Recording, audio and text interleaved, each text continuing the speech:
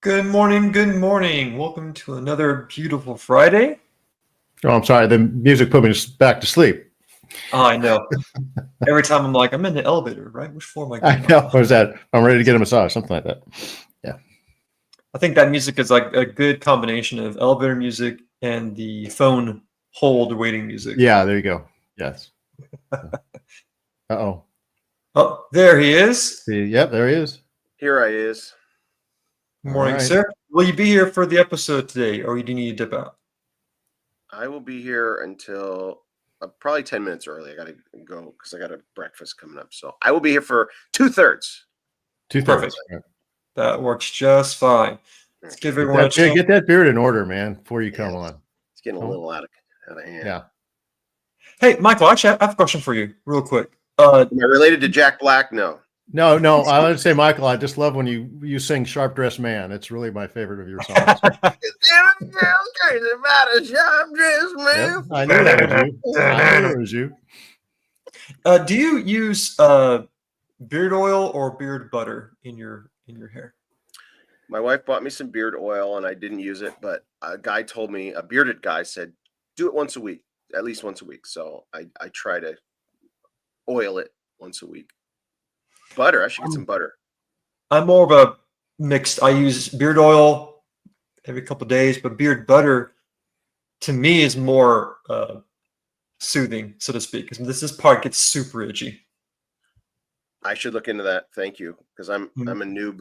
I'm a noob to the beard thing. So yeah, okay, sure, whatever. Yeah. Anyways, I started this long ago. This is my sure. Yeah, sure. we've been We all watching know it. about the fake beard. We've all been watching it with fascination, like That's watching true. a car wreck. You can't look away.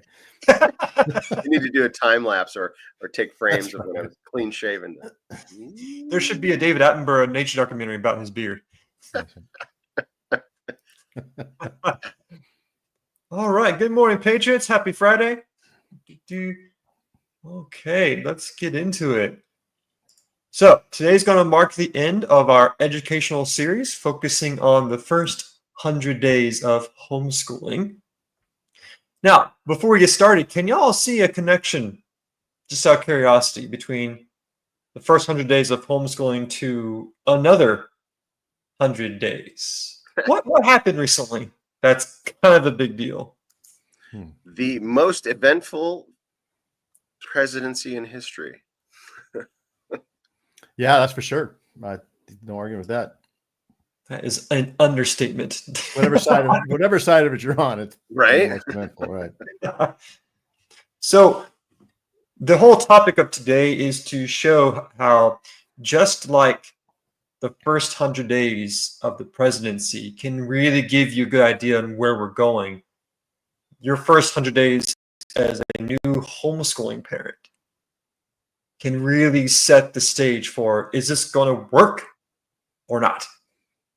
100 days is just over 3 months, give or take. And that amount of time can really determine, okay, is this something that's feasible? Can I do this on top of what I'm already expected to do as a parent, as that leader, mentor, guide? Okay. So the thing is, while researching for this, when you type in the phrase Trump's first 100 days in YouTube, for example, guess what you're predominantly going to see? Horror stories. Yeah. You're going to see the media continue its lies. You're going to see Tariffs are going to destroy us. Yeah. That's kind I of always find it fascinating. It's embedded in the algorithms, I think. Anytime you search, like anytime I search a topic for my show on something that happened, it always comes up with MSNBC or CNN or, whatever, New York Times, something like that. You have to actually type in some kind of conservative source to get. Right. Bingo. That's it. Yeah. Unless you have a certain lane, it's going to be a nightmare trying to find something. But out of all that searching, I did find a great source. The man, the myth, the legend, Victor Davis Hanson. Amazing. For those of y'all who don't know, Victor Davis Hanson is a renowned scholar And he's definitely a good source to have in your back pocket because, like Dr. Steve Turley, like oh gosh, Thomas Sowell, that's it. These are all scholars. These are all guys who base their whole careers off of real, tangible research. So These they're guys are not going to amazing. just. Was that right? Victor Davis Hanson is amazing. He's a Hoover Institute out of Stanford. Just no nonsense. Right. Yeah, exactly. He's everything that these scholars talk about is backed up with good research. So I won't show the whole video, but I'll show the introduction. And this video does a great job at showcasing the major accomplishments of Trump's first 100 days. So let's get started. We're coming up over the 3-month mark, or the proverbial 100 days are on the horizon of a new administration. And when that happens, people like to take stock of it. The first 100 days have been revolutionary. We've never seen anything like it, not during the Reagan administration, not during FDR, in terms of the magnitude of the changes. And that is why people are furious. Forget what the media says. He has the confidence of a majority of the American people. No one in their right mind thought anybody would try to stage a counter-revolution and be so successful in the first 100 days. This whole video is 7.5 minutes, but if you scroll down, this is on the channel, The Daily Signal. If you scroll down here, he does a great job at showcasing the main topics. And so the main areas of Trump's success are in immigration, border security, energy and the economy, dismantling DEI, trade policies, international relations, the Middle East, and China. So in those areas, he showcases the key points. So the first question for y'all: if you were the president, what would be the main focus areas in your first 100 days?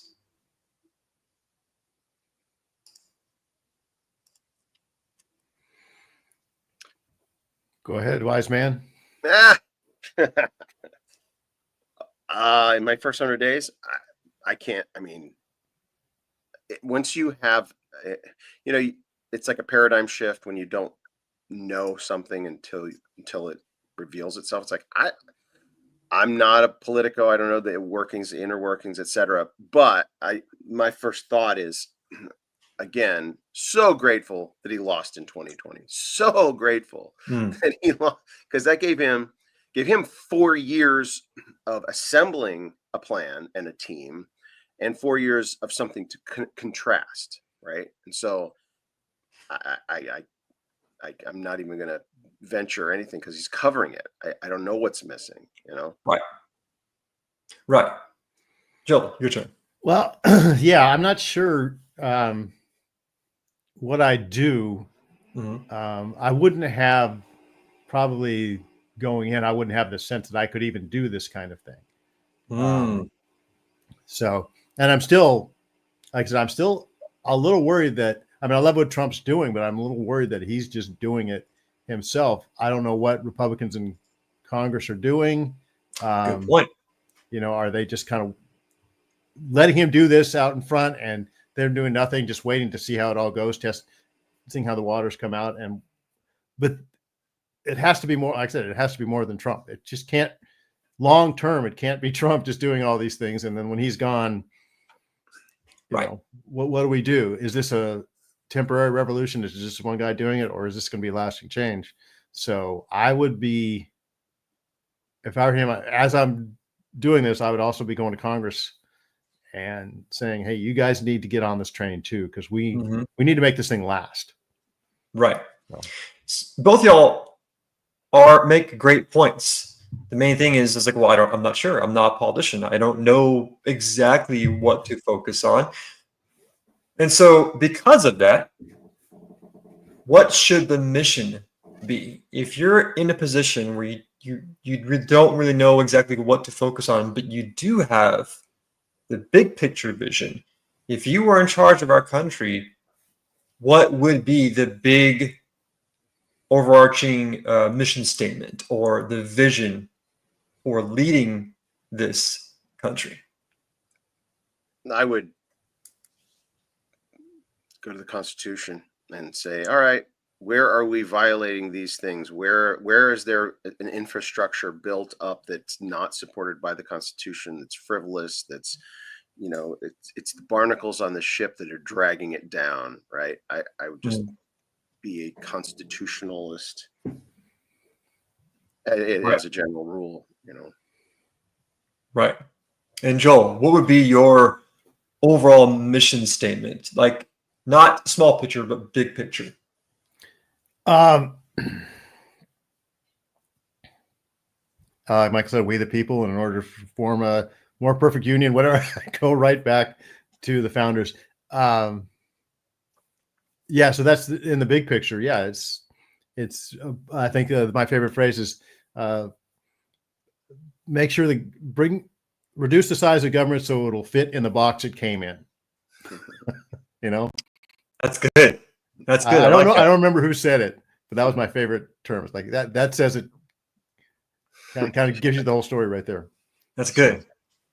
You can find hundreds of companies out there with mission statements, and let's be honest, most of them are just copy and paste mission statements that don't really mean anything. But when you hear the phrase "Make America Great Again," like, that is the mission statement. That is the vision. And it's fascinating to see how that single phrase has created the schism between people who really do love this country and people who hate this country. Like, why wouldn't you want America to be great again? Like, we can disagree and be on totally different sides of the aisle on different topics, but we can still love this country. But then again, you have people who are so deranged, they're so far out there that they have no problem hating America. They don't want to leave America, but they'll still hate it. It's like, you know, when we say, and you've heard this over and over again, is if Trump came up with a cure for cancer, they'd be pro-cancer, right? They become pro-cancer. Right. It's like MAGA, make America great again. And when you're opposed to that, you're saying hate America, right? If you're opposed to MAGA, you're siding against America. And then what's the more recently, there was another one on my mind. Oh, they're all pro MS-13 now, right? They're all pro terrorists, right? They're all pro illegal murder terrorists. Well, they have feelings, Michael. We gotta care about their feelings. It's brilliant. It's just brilliant. Genius. They're a father just like you are, Mike. And so with that phrase, you have, put America first. And so everything Trump's done in this first 100 days, you could really codify it to simply put America first. Not the world, not these other waste of time things. What's the best for the American people? And then move forward with that. So with that being said, transitioning to homeschooling, same question. Let's just say you are that parent and you're sick and tired of the public school system. You may not be able to afford private schools. So what do? You choose to start homeschooling your kids. A lot of parents have been going through that within the past few years. But this is new to you. So if you're not a professionally trained teacher in the typical sense, if this is all new to you, what type of vision would you want to set as a new homeschooling parent? Joel, we'll start with you. If you were in that situation, what would your mission statement be? Yeah, that's interesting. Being a professionally trained teacher, which as soon as I went into teacher training, I realized I'm already a good teacher. I remembered good teachers I had in school and bad teachers I had in school. I was just going to act like the good teachers I had. It's just really not that. It's really not that difficult to be a teacher, and training is not the key to it. Like Ben, you know this. I learned to do the 5-step lesson plan in my teacher training. Right. Mhm. I never used it again. I mean, if somebody needed it, I'd make up a lesson. But the idea of being a teacher is knowing your subjects, as most teachers do. Most teachers know. If you're a math teacher, you know 7th grade math. You know that level of math. It's whether or not you can communicate and what commitments you have to it. Can you manage a classroom? Can you communicate with the kids, and can you motivate the kids? That's really all it is. Mhm. And so I don't know. Like I was telling you before, I don't know much about homeschooling. I know a lot of homeschooling parents. As a matter of fact, we're surrounded by them in my little neighborhood here, because people in California, if you're a conservative law in California and you want your kids well educated, it's either private school or homeschooling. There's, our kids ended up going to a very good school here Mhm. in North San Diego County, only because we're surrounded by Christians and a lot of Christian parents at the school that were actively involved in it and kept this public school in line. Mm. So, it's all about your commitment. And if it's your own kids, you have that commitment. That's not even an issue. Well, in public school, it's a big issue with teachers, whether or not they're committed to, whether they even like kids. Right. Mm. So it doesn't take a lot of training, put it that way. It just takes good communication skills and a commitment to do it. And if you don't have that for your own kids, then yeah, send them off to some public school. Go ahead. But if you're going to homeschool, if you have desire of homeschool, you've pretty much got what it takes. That's what I'm trying to say. Mm. So it's really just the desire to learn what you need to learn, the desire to ensure your kids are educated correctly. That's your main focus, is have that desire then. Yeah. You have Right. you have the skin in the game, ultimately, a lot of teachers just like, I'm going for a paycheck, Right. or we're looking forward to my retirement at 55 on the taxpayer, that, but if it's your own kids, you have that. Right. Michael, your thoughts? What would your vision be? I have put some thought into not necessarily the homeschooling, but the educational side. And I mean, I just spoke as I was the keynote speaker at a private Christian school on Tuesday Oh, for cool. their annual event, a private Christian Armenian school. And so I was in like ground zero for my project. It's like Yeah. every kid in that room, it was about 400 of them, freshman to senior, every kid in that room already knew the name Solomon Tehlirian, right? This historic character. And so for me to come in there as the expert on Solomon Tehlirian, it was really like I had them, right? They were a captive audience. Plus, I don't know. I think I'm a little enthusiastic. I'm a little excited and interested in that. And it takes a person's enthusiasm to rub off, right? And so for me, it's like, what is my goal? My goal is to make history sexy, right? Mm. Obviously not in the salacious sense, but when people hear the term history, it's like Sure. history. Take Yeah. history. History is the most riveting, exciting source for stories. You got to find the right stories. You got to tell those stories properly, Mm. and believe it, right? And convey it, and kids get it. And so that's what I'm doing, right? I'm making this incredible historic narrative compelling by my excitement for it. And so as a homeschool teacher or a parent teaching their kid, you got to ingest it, personalize it, and recognize what a benefit this is going to be to your kid. You got to Mm. say, okay, you don't go, okay, now we got to go through this stuff because they told me I got to tell you this stuff. You Right. have to recognize its Yeah. application and how it's going to benefit your child, and communicate it in a way. This is going to be good for you, but I mean, it's good for you. Take it. No, it has to be natural and organic. So Right. you have to own it, personalize it. I completely agree. If you're a student and you go to a normal school and you could tell the teacher doesn't care, well, then why should the student care? And then imagine how much worse that would be if you're at home and that level of just not caring exists. Well, now you can't go anywhere. You're there. It's even worse. So for me and my background, I wasn't homeschooled. I went through the whole public school system growing up. But my wife, her whole family was homeschooled. And the past few years, I've learned a lot about the homeschooling community. And as far as being a parent and being a teacher in the homeschooling sense, it's a very interesting dynamic because on one hand, you rely on your parents to lead you, to guide you, to raise you. But at the same token, now your parents are also your teachers for the most part, like teaching you content on certain things. And that might be kind of weird at first, which I get it, especially if you don't know the material. Like if you know history, great, awesome, I can teach history. But what if you don't know anything about math? What if you're terrible at math? Well, then you, in good conscience, you don't want to put your kid through something that you hate teaching because it defeats the whole purpose. So what do? This is something that I learned through my wife. They have this thing called co-ops where homeschooling parents will create these networks of other homeschooling parents. Usually that's through your church or through other organizations, but you might know someone down the road who's really good at science. Another guy might be really good at English and so on and so forth.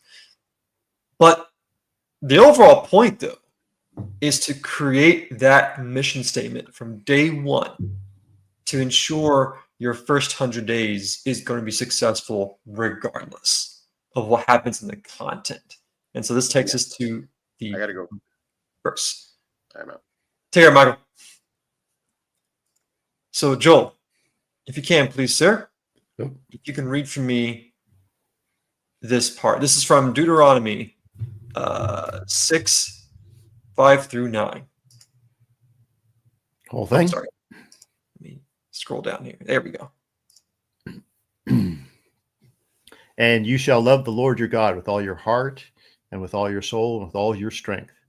These words which I am commanding you today shall be on your heart, and you shall repeat them diligently to your sons and speak of them when you sit in your house, when you walk on the road, when you lie down, and when you get up. You shall also tie them as a sign on your hand, and they shall be as frontlets on your forehead. You shall also write them on the doorposts of your house and on your gates. Now, just to be clear, it's not saying you should literally tie your children to your hands. It's not saying that. Well, I think it's to tie the words, right? Right. These words, yeah. That's why a lot of Orthodox Jews have little things on their foreheads and on their hands because of this verse. They took it literally. The words of God should be actually on your forehead and on your wrist or on your hands. This is pretty broad, but it does a really good job at making clear, regardless of what actual content is being taught to your kids. Thank you. Yeah. Regardless of the content being taught to your kids, before any of that happens, you as the parent have to create this strong foundation from day one that no matter what, this is going to be a house that honors the Lord. This is going to be a house, a school that always puts Christ first. And so with that clear mandate, Joel, if you were that new homeschooling parent and you needed to teach or have someone else teach your kids on various topics, say English, math, science, history, whatever, in what ways do you think you would want to incorporate this verse into something like math? Like how would you make that connection? That's interesting. I've never even thought about that. It's not an easy question to answer. No, it's not. It's one of those things that new homeschooling parents need to think about. It's so easy to get lost in the sauce and lost in the content. But the thing is, in those first 100 days, that's going to wear you out. But if you remind yourself, wait a second, at the end of the day, what's the ultimate point of being this parent and teacher? It's this. And so Yeah, Joel, yeah.